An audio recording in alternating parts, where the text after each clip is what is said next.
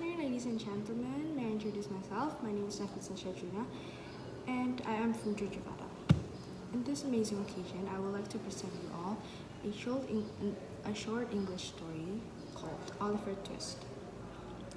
Have you ever heard of the story before? Yes? No? Well, get your ears ready, get your eyes ready, and listen carefully. Once upon a time, in a small village of Mudford, there was this young little boy named Oliver Twist. He was brought to orphanage by an old lady. This old lady knocked on the orphanage door and said, "Excuse me, sir. I just found this poor little guy. Could you please take him inside?" And the beadle immediately took Oliver inside. 10 years had passed. Oliver Twist lived his 10 years of his early life in that orphanage. Those 10 years without no family, no one who really cared, and no food, almost no food.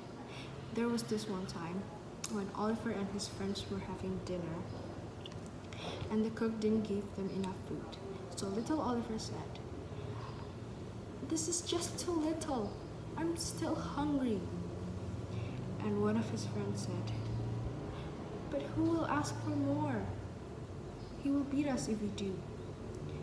And one of these kids said, "How about we play rock, paper, and scissors, and whoever loses gets to ask for more?"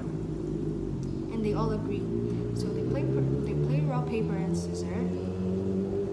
And surprisingly, Oliver loses. So he walks towards the cook and said, "Sir, I'm so hungry. I want some more." And then the cook looked at him and said, "What did you just say?" And Oliver repeated, "I want some more. I'm so hungry." And the cook got mad and picked Oliver up and punished him. Not only Oliver was punished, but he was also thrown out of the workhouse and got sent to a carpenter as an apprentice. He works and stayed there, but not for long, because Oliver was so scared because he was getting mocked by the other workers. And so he gathered up all his things and go out into the night. He walks for a week in a rainy night.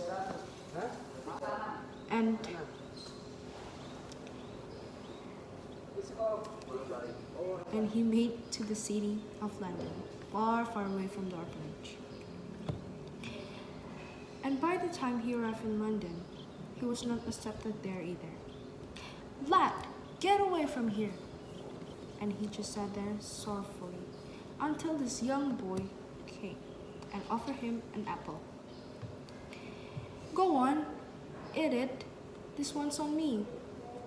And Oliver said, "Thank you," so happily. And this boy asked, "Never seen you around here before. Are you new to London?" And Oliver answered, "Yes." So the boy introduced himself and said, "Hi, my name's Jack. They all call me the Artful Dodger here. What did they call you?" And Oliver answered, "Oliver. My name is Oliver Twist." And after the short meeting, Jack invited Oliver to join him to meet this man named Fidget, who lived in the subducted area of London. The next morning, Fidget sent Oliver to join the boys for business, but Oliver had no idea what business they were doing. And when they arrived at the business place, Oliver saw Arthur Dodger stole a man's wallet from his pocket. There he realized that the actual business Fidget and the boys was not to make wallet, but rather to steal them. And suddenly they got caught, so they all ran. But little Oliver couldn't keep up, so the policeman caught him. So the police said, "Come over here. I shall take you to the magistrate, and you shall take a good 7 years in prison. But this man, who just caught pickpocketed, said, "Officer, 10 years and 7 years? That's rather harsh, isn't it?" But the police officer did not care and took Oliver to the crowd and presented before the magistrate. At first, Oliver was about to sent to jail, but again, Mr. Brownlow asked for remission because he was sure that the one who stole his wallet was not Oliver. So Oliver was released, and Mr. Brownlow took Oliver to his home and taken good care of him. Because Oliver reminds of someone Mr. Brownlow used to know, a family friend. One day, Mr. Brownlow gave Oliver money to return a book to a bookstore. But little did Oliver know he was being spied. Yes, by Virgin. So, when Virgin saw Oliver walk out through the door, he immediately groped Oliver, and Oliver got so scared, and he screams, and all the people around him looked. And so, Virgin said, "He is my son. He's just so angry right now. I shall take him home. Come on, son." So Virgin took Oliver back to his home and planned a robbery to teach Oliver to be a thief, because this one man called Monks told Virgin to teach Oliver how to become a thief. So that night, Virgin took Oliver to a big wealthy house, and they were ready to steal. But Oliver accidentally hit a vase, and it fell and it made loud noise. So the plan was ruined. And Virgin ran off, but Oliver couldn't keep up. So he just stayed there, and the workers picked him up and put him in a bed.